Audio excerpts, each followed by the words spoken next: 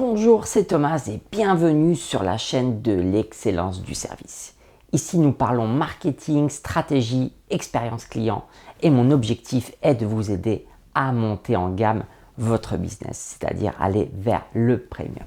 Aujourd'hui, nous allons parler d'une chose super importante parce qu'une entreprise, ce n'est pas du bénévolat bien évidemment, donc nous allons parler de comment fixer vos prix.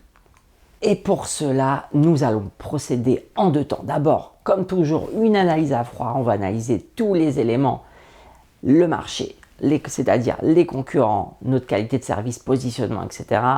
pour ensuite se poser et savoir comment nous allons pouvoir déterminer le bon prix.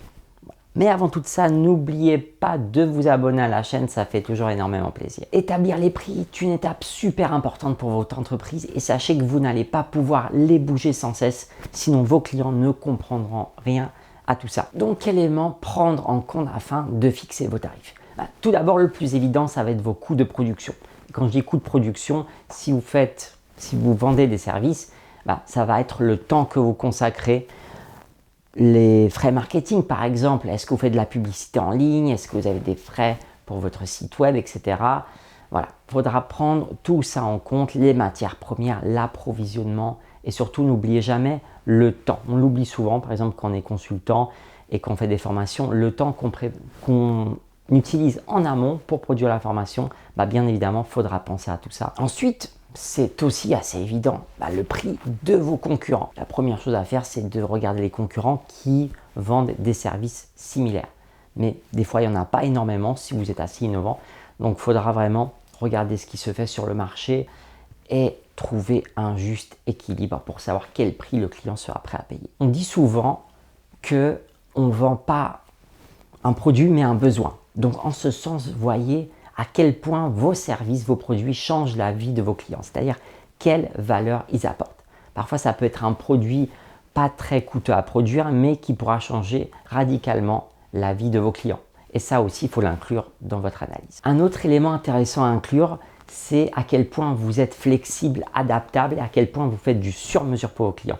Ça se chiffre également. Par exemple, un exemple concret, dans la mode, si vous faites du sur-mesure, forcément, ça se monnaie parce que c'est du temps, mais c'est aussi une personnalisation, donc une valeur supplémentaire pour vos clients. Et enfin, bien évidemment, n'oubliez pas d'inclure votre réputation, votre image de marque. C'est notamment l'exemple dans le luxe. Bien évidemment, les matériaux sont de super qualité, mais les clients payent pour la rareté, payent pour la marque.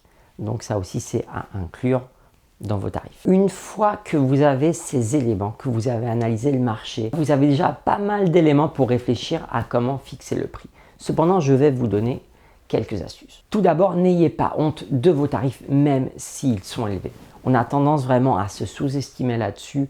Si vous produisez des services rares, de qualité, qui apportent beaucoup de valeur à vos clients, vous n'avez aucune honte à proposer des tarifs élevés. Et si vous proposez des tarifs au rabais, ça envoie vraiment un message à vos clients. Les prix, c'est également de la communication. Si vous communiquez sur des prix bas, forcément le client va s'attendre à des services compétitifs et donc pas forcément de meilleure qualité que les autres. Par exemple, si j'achète une voiture neuve à 15 000 €, je ne vais pas m'attendre à avoir un V8 sur le capot. Voilà, c'est logique. Alors, si vous avez un V8 sur le capot que vous vendez, je pense que vous n'allez pas le mettre à 15 000 €. C'est la même chose pour les services, pour les produits, etc.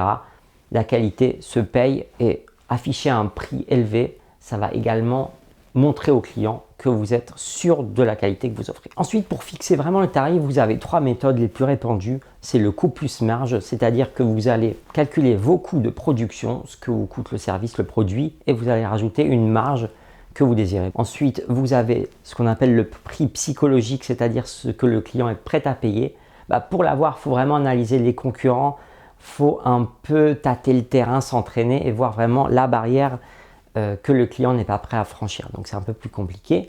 Et ensuite, vous avez le prix concurrentiel. Là encore, vous allez vous reposer sur les concurrents, peut-être en proposant un prix légèrement plus attractif pour attirer plus de clients. Qu'est-ce qu'il faut retenir de cette vidéo? Alors, tout d'abord, analysez vraiment toutes les variables, tout le marché, vos concurrents, vos coûts et également l'image que vous voulez donner de vous aux clients. C'est super important d'avoir tous ces éléments. Ensuite, N'oubliez pas que c'est quand même une étape super importante et surtout n'hésitez pas à communiquer vraiment sur le prix, ne le cachez pas parce que le client veut savoir. Il faut être transparent avec lui et si vous ne l'affichez pas, il risque d'avoir un certain blocage, un frein et vous allez perdre potentiellement des clients. Donc n'ayez jamais honte de vos tarifs. J'espère que cette vidéo vous a plu. N'hésitez pas à commenter, me poser des questions. Je ferai tout pour y répondre au plus vite et je vous dis à bientôt.